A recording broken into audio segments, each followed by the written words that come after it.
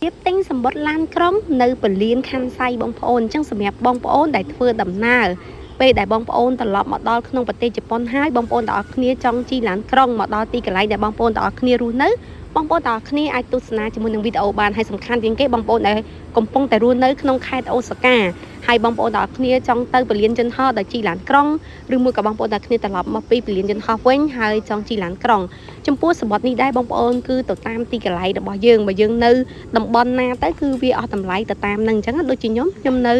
នីសណូមីយ៉ាអញ្ចឹងហើយពីខាន់សៃមកនីសណូមីយ៉ាហ្នឹងគឺខ្ញុំត្រូវចំណាយលុយចំនួន 2000 យេនហើយនៅពេលដែលយើងទិញសម្បត្តិឡានក្រុងអញ្ចឹងហើយគឺយើងអាចជិះឡានក្រុងហ្នឹងទៅមកបានហើយអញ្ចឹងសម្រាប់វីដេអូនេះដែរផ្ញើជូនសម្រាប់បងប្អូនទាំងអស់គ្នាដែលកំពុងតែចង់ចេះពីរបៀបក្នុងការទិញសម្បត្តិឡានក្រុងបន្ទាប់ពីបានឃើញវីដេអូហ្នឹងហើយបងប្អូនប្រកាសជាឆ្ងល់ហើយមិនបានមានវ៉ាលីអានេះអាណោងខ្លាំងម្ល៉េះតែពួកគាត់ទាំងអស់គ្នាក៏មិនខុសពីខ្ញុំដែរពួកគាត់កំពុងតែចុះមកពីយន្តហោះហើយធ្វើដំណើរត្រឡប់ទៅផ្ទះរបស់គាត់អញ្ចឹងជាដំបូងខ្ញុំសូមណែនាំបងប្អូនទាំងអស់គ្នាសម្រាប់អ្នកដែលគាត់រស់នៅក្នុងខេត្តអូសាកាតែម្ដងដោយសារវីដេអូនេះគឺខ្ញុំថតនៅក្នុងខេត្តអូសាកា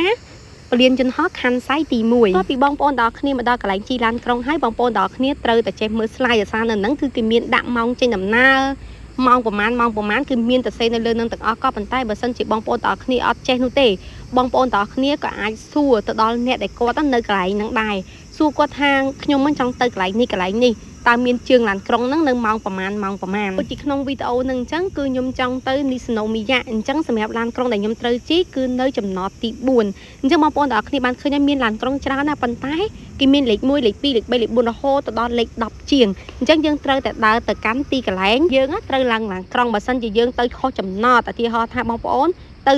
នីសណូមីយ៉ាដូចខ្ញុំអញ្ចឹងប៉ុន្តែបងប្អូនបាច់ជិះកន្លែងលេខ1គឺគេអត់នាំបងប្អូនទៅនឹងទេអាហ្នឹងគឺជាបញ្ហាមួយហើយធ្វើឲ្យយើងនឹងជិះខុសផ្លូវតែម្ដងឥឡូវខ្ញុំដើរដល់លេខ6ហើយបន្តិចទៀតខ្ញុំនឹងដើរទៅដល់លេខ4តោះពីការធ្វើដំណើរយ៉ាងសស្រាក់សស្រាំហើយក៏បានឃើញថាមកដល់ចំណតទី4ល្មមតែម្ដងបងប្អូនដែលគេមានសរសេរអក្សរថាអាម៉ាសាគីហើយនិងនីសណូមីយ៉ាអញ្ចឹងបើសិនជាបងប្អូនទាំងគ្នាទៅអាម៉ាសាគីហ្នឹងក៏អាចជិះនៅចំណតលេខ4បានដែរកន្លែងលក់សម្បត្តិរបស់គេក៏គេបានដាក់ដែរថាសម្បត្តិហ្នឹងគេលក់សម្រាប់លេខ2លេខ3និងលេខ4បើសិនជាយើងទិញកន្លែងផ្សេងក៏យើងអាចជិះឡានក្រុងនៅក្នុងចំណតទី4ឬក៏ទី3ទី2បានដែរឥឡូវយើងចូលមកមើលម៉ាស៊ីនទិញសម្បត្តិវិញដោយសារតែសម្បត្តិឡានក្រុងបងប្អូនគឺយើងទិញខុសពីសម្បត្តិរថភ្លើងបន្តិចវាមានចំណុចខ្លះខុសគ្នាអញ្ចឹងណាអញ្ចឹងជាដំបូងណែនាំឲ្យបងប្អូនទាំងគ្នាមើល slide នៅខាងលើហ្នឹងទៅបើសិនជាអត់ចេះទេបងប្អូនទាំងគ្នាអាចចូលមកដល់ឯម៉ាស៊ីនទិញសម្បត្តិហ្នឹងបដូរជាភាសាអង់គ្លេសឥឡូវគេបានដាក់មានទៅអូសាកាកូបេ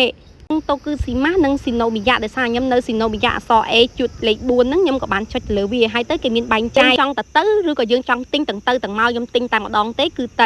គឺចំនួន 2000 យេនហើយបើសិនជាកូនក្មេងគឺចំណាយត្រឹមតែ 1000 យេនតែប៉ុណ្ណោះមកគេក៏មានកន្លែងចុចឲ្យយើងជ្រើសរើសថាយើងត្រូវការ receipt អត់ឬមួយក៏អត់ទេអញ្ចឹងខ្ញុំចុចថាខ្ញុំត្រូវការយក receipt អាចុងស្លឹកដែលយើងទិញសម្បត្តិហ្នឹងណាបន្ទាប់ពីយើងបានចុចរួចហើយបងប្អូនទាំងគ្នាវានឹងលោតបង្ហាញឲ្យយើងហ្នឹងដាក់លុយចូលទៅក្នុងម៉ាស៊ីនហ្នឹងហើយឥឡូវនេះគឺខ្ញុំមានលុយกระดาษ 10000 យេនខ្ញុំនឹងសោកលុយហ្នឹងចូលទៅខាងក្នុងហ្នឹងតែម្ដងអញ្ចឹងចំណាយអស់ 2000 10000 យេនគឺគេអាប់ឲ្យយើងវិញចំនួន 8000 យេនដោយបងប្អូនឃើញនៅក្នុងវីដេអូហ្នឹងចាហើយគេក៏មានរូបមានអីដើម្បីឲ្យយើងមើលថាគេដាក់លុយកន្លែងណាអញ្ចឹងណាហើយបើយើងមានកាក់មានអីយើងដាក់កន្លែងណាអញ្ចឹងទៅឥឡូវលុយអាប់បានមកដល់ក្នុងដៃខ្ញុំហើយយើងរងចាំយកសម្បត្តិឡានក្រុងទាំងអស់គ្នាអូខេបងប្អូនឥឡូវនេះចុងស្លឹករបស់ខ្ញុំគឺបានធ្លាក់មកហើយប៉ុន្តែគឺមាន2ស្លឹកដោយសារតែខ្ញុំបានយកចុងកន្ទុយដែលខ្ញុំទិញសម្បត្តិអញ្ចឹងវីដេអូនេះគឺមានតែប៉ុណ្្នឹងទេសម្រាប់បងប្អូនដែលចង់ទិញសម្បត្តិឡានក្រុងអាចទស្សនាវីដេអូនេះបាន